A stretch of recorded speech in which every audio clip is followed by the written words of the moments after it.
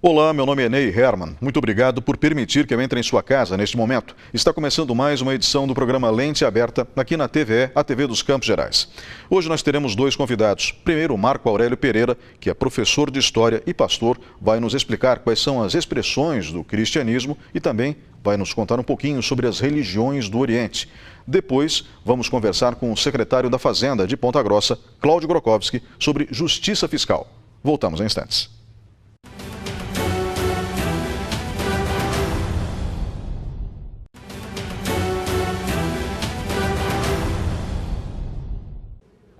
Olá, estamos de volta com o programa Lente Aberta e agora vamos falar sobre as expressões do cristianismo. Comigo no estúdio está o pastor evangélico e também professor de História, que, diga-se de passagem, deu durante muito tempo aula de História da Religião, disciplina optativa no curso de História da Universidade Estadual de Ponta Grossa, Marco Aurélio Pereira.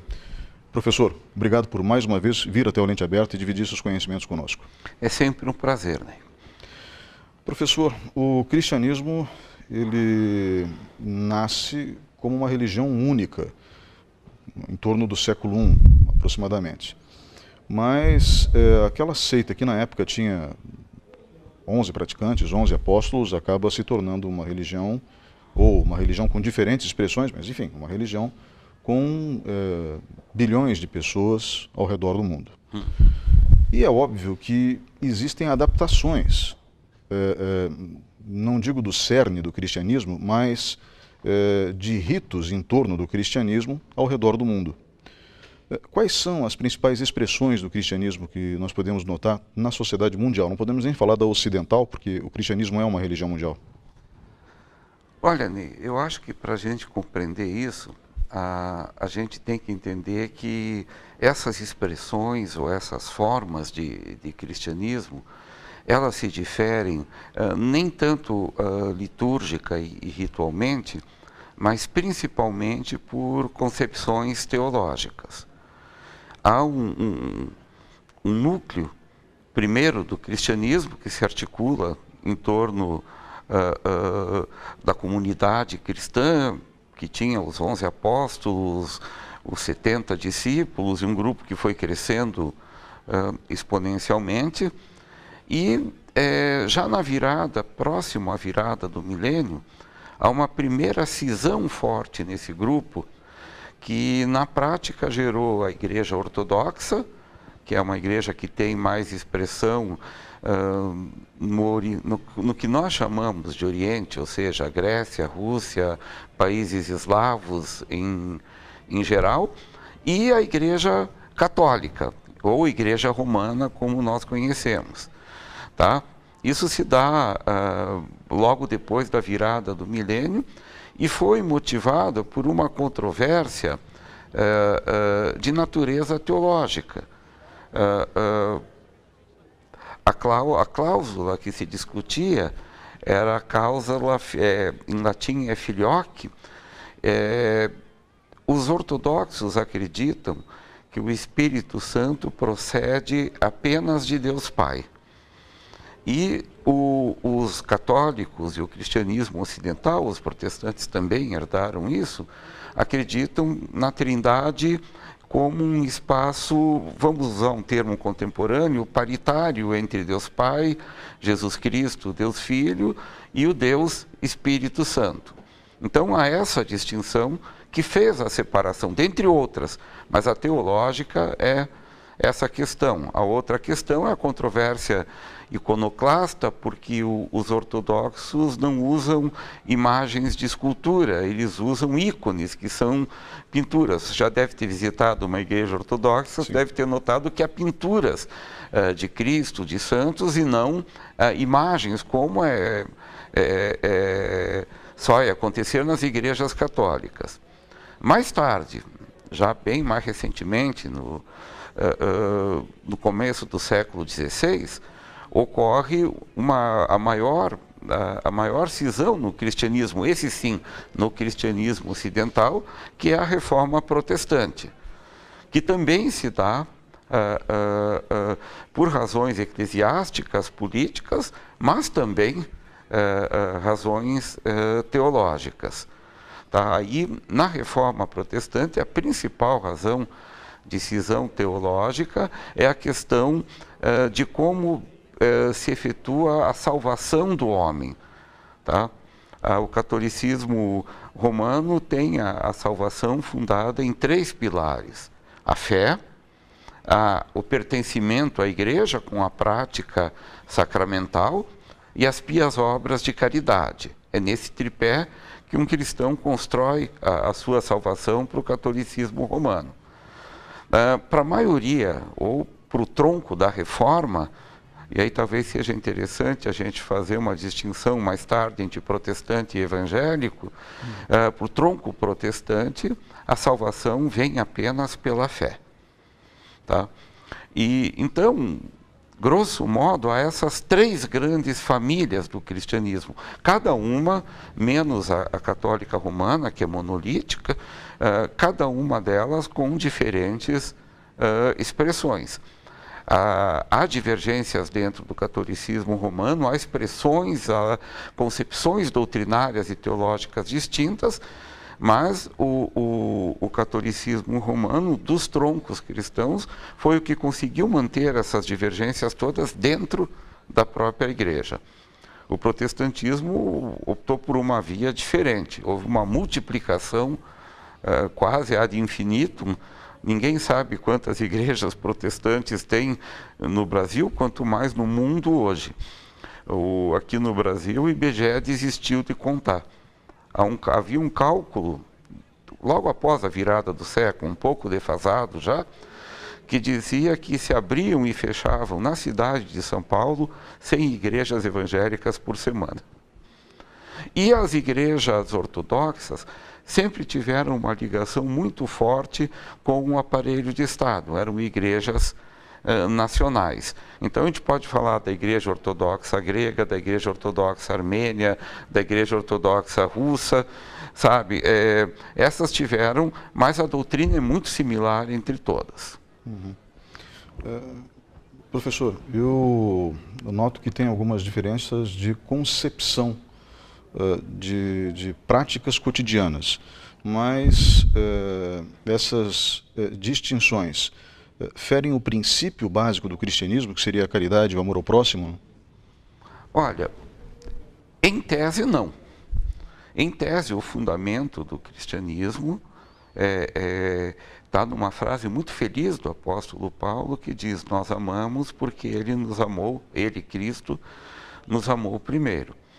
Todas as igrejas cristãs são religiões, em tese, fundadas no amor. O grande problema é que elas não vivem no paraíso, elas vivem numa sociedade concreta, com as contradições concretas, e ao longo do tempo, os governantes foram muito hábeis em perceber o potencial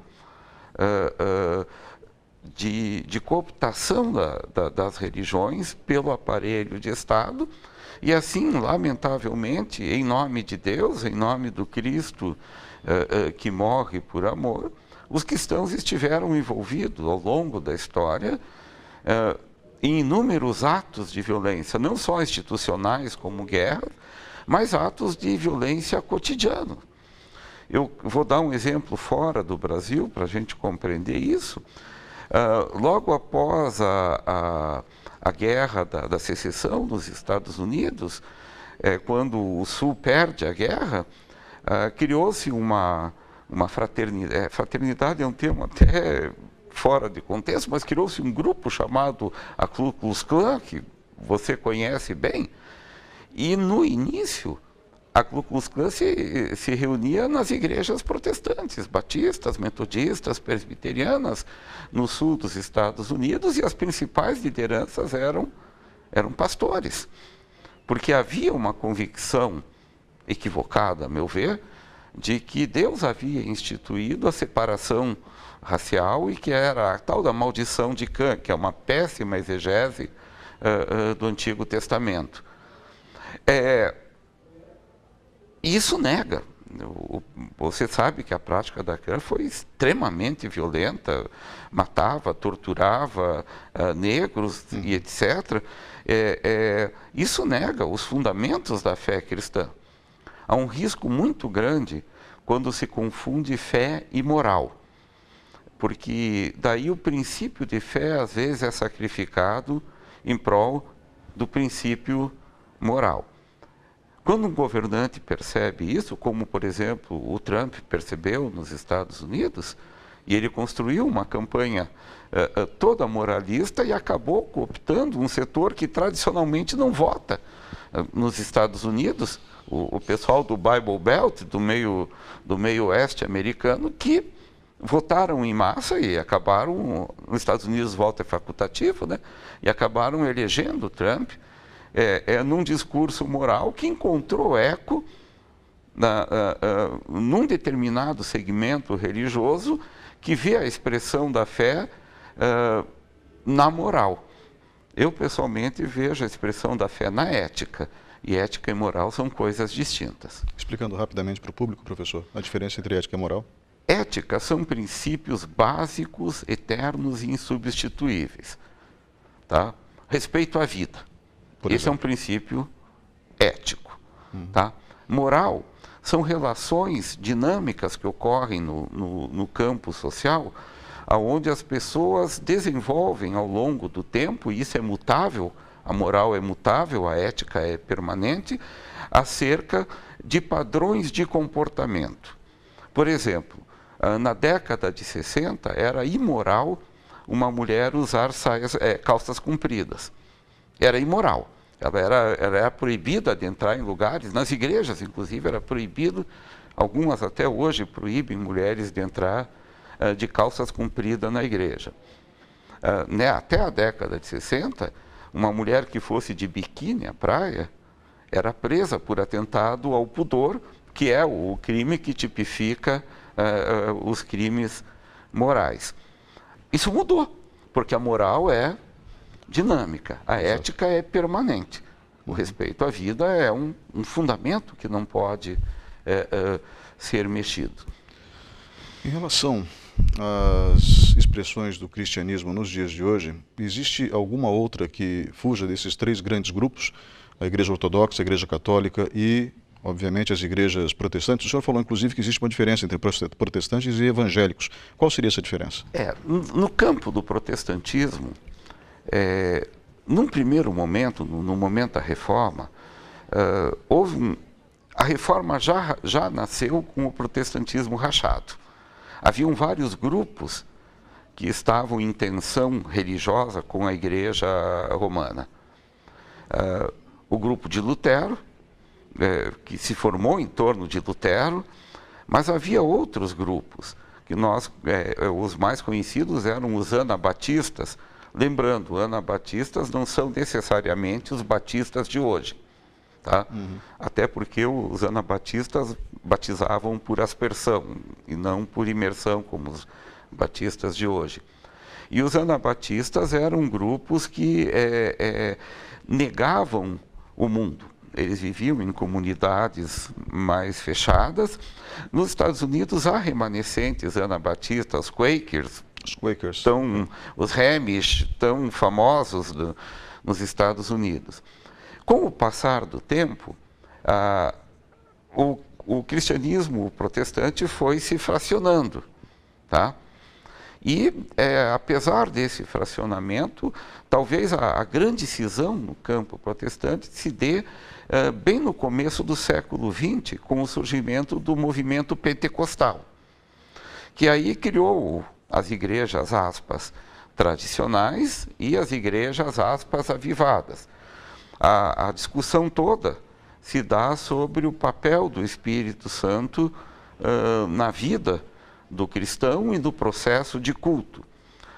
Os pentecostais defendem a tese da permanência dos carismas, ou seja, os dons espetaculares do Espírito Santo, dom de línguas, dom de cura, dom de profecia. E os tradicionais acreditam que esses dons foram dons dados à igreja, a Cristo e à igreja primitiva, com o intuito do fortalecimento da igreja, e que eles cessaram. Tá? Então, basicamente, o século XX começa com essa cisão, entre cessacionistas e contemporistas, ou seja, os que acreditavam que os dons carismáticos cessaram e os dons e outros que acreditavam que os dons carismáticos continuam. Esses são genericamente chamados de pentecostais. Só que não há uma unidade no movimento, há milhares de igrejas pentecostais. Na década de 70, aí há uma ruptura dentro do próprio movimento pentecostal, digna de nota, que gerou o que nós chamamos de movimento neopentecostal, que hoje é responsável pelas maiores igrejas evangélicas aqui no Brasil. Tá? Aí se pergunta a diferença entre evangélico e protestante. Normalmente se chama protestante quem vê as suas origens da Reforma e segue a doutrina que foi fruto da Reforma protestante. Tá? E evangélico é o termo genérico que abarca essas novas correntes, como o pentecostalismo e o neopentecostalismo.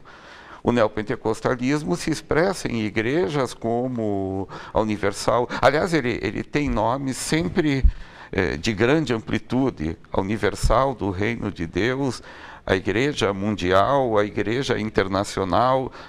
Percebe? Eles são sempre nomes assim e eles têm uma visão muito mais voltada para aquilo que um colega meu, o Wander, definiu muito bem como um protestantismo de mercado, que essas igrejas, na sua maioria, introjeta a lógica de mercado, oferecendo produto, aspas aí, religiosos e espirituais,